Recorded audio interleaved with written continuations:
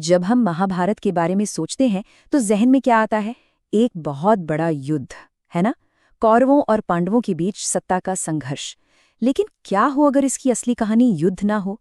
इतिहासकारों के लिए इसकी असली कीमत प्राचीन भारतीय समाज को समझने की एक खिड़की के तौर पर है। हाँ बिल्कुल, इसकी जो सेंट्रल स्टोरी है वो एक बहुत बड़े संघर्ष की है। लेकिन अगर हम थोड़ा गौर से देखें, हर श्लोक के बीच उस दौर के समाज, उनके विश्वास और उनके नियमों के सुराग छिपे हुए हैं। ये सिर्फ एक कहानी नहीं, बल्कि एक तरह का ऐतिहासिक दस्तावेज भी है। तो चलिए, आज इस महाकाव्य को एक अलग नजरिए से देखते हैं, एक ऐतिहासिक जांच की तरह। इसे एक पहेली बॉक्स की तरह समझते हैं जो सामाजिक इतिहास के सुरागों से भरा पड़ा है। तो हमारी इस ऐतिहासिक जांच का जो पहला सुराग है ना, वो खुद इस महाकाव्य के विशाल आकार में ही छिपा है। सोचिए, 1 लाख से भी ज्यादा श्लोक। महाभारत दुनिया की सबसे लंबी महाकाव्य कविताओं में से एक है। और ये कोई एक दिन में नहीं लिखी गई, इसे बनने में लगभग 1000 साल लगे। ये समझना बहुत जरूरी है कि ये ग्रंथ एक बार में नहीं लिखा गया, ये सदियों में धीरे धीरे विकसित हुआ। मतलब जैसे जैसे समाज बदला, कहानी में नए नए विचार और नियम कानून जुड़ते चले गए। 1919 में विद्वानों ने एक बहुत बड़ा प्रोजेक्ट शुरू किया, जिसे पूरा होने में 47 साल लग गए। उन्होंने महाभारत का एक समालोचनात्मक संस्करण तैयार किया, और इससे कमाल की बात पता चली। पूरे उपमहाद्वीप में इस कहानी के कई अलग अलग वर्जन थे।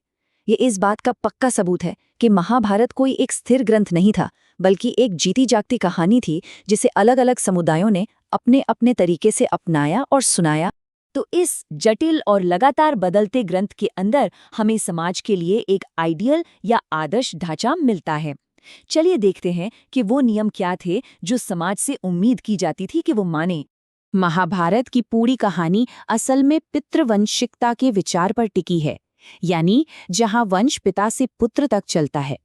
कौरवों और पांडवों के बीच जो पूरा संघर्ष था, वो सिंहासन और संपत्ति के इसी उत्तराधिकार को लेकर ही तो था। धर्मशास्त्रों जैसे ब्राह्मणवादी ग्रंथों में समाज को 4 वर्णों में बांटा गया था। ये उस समय का एक आदर्श सामाजिक ढांचा माना जाता था। और इस आदर्श व्यवस्था को सही ठहराने के लिए कहा गया कि ये दैवीय है, मतलब इसकी उत्पत्ति एक आदिम पुरुष के शरीर से हुई है। ऐसा इसलिए ताकि इस पर कोई सवाल ही ना उठा सके। और अब कहानी में आता है एक दिलचस्प मोड़। अब हम ग्रंथ के अंदर ही उन सबूतों को देखेंगे जो इन आधिकारिक नियमों से एकदम अलग कहानी बताते हैं। यहाँ नियमों और असलियत के बीच का टकराव साफ नजर आता है। एक तरफ धर्मशास्त्र कहते थे कि शादी अपने गोत्र या कुल से बाहर होनी चाहिए, लेकिन दूसरी तरफ सातवाहन जैसे शक्तिशाली शासक थे जो अक्सर अपने ही कुल के अंदर शादी करते थे, जो नियमों के बिल्कुल खिलाफ था। ये दुर्लभ मूर्ति हमें सातवाहन शासकों की दुनिया की एक झलक देती है। और एक और दिलचस्प बात यह है कि उनके शासकों की पहचान अक्सर उनके मात्र नाम से होती थी, यानी माँ के नाम से। ये उस जमाने की एक और बहुत ही अनोखी प्रथा थी।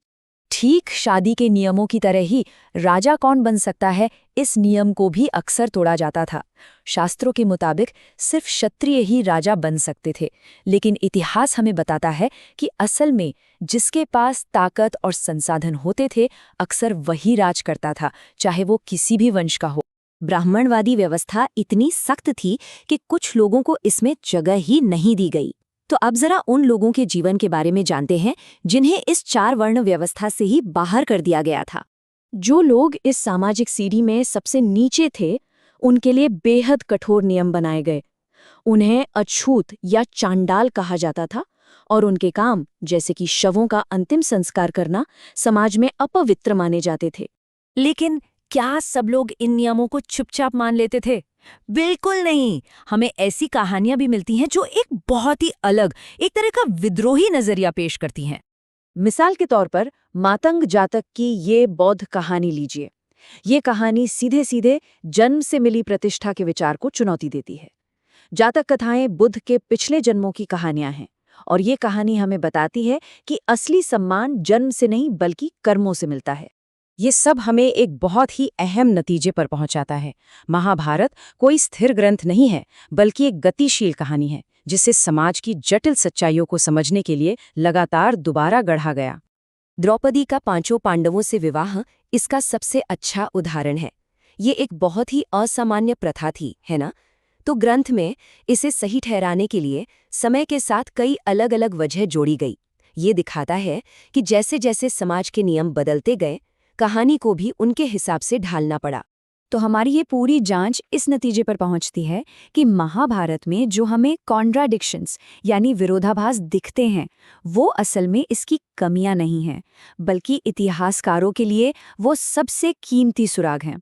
ये हमें उन असली जटिल बहसों की झलक देते हैं जिन्होंने प्राचीन भारतीय समाज को आकार दिया था।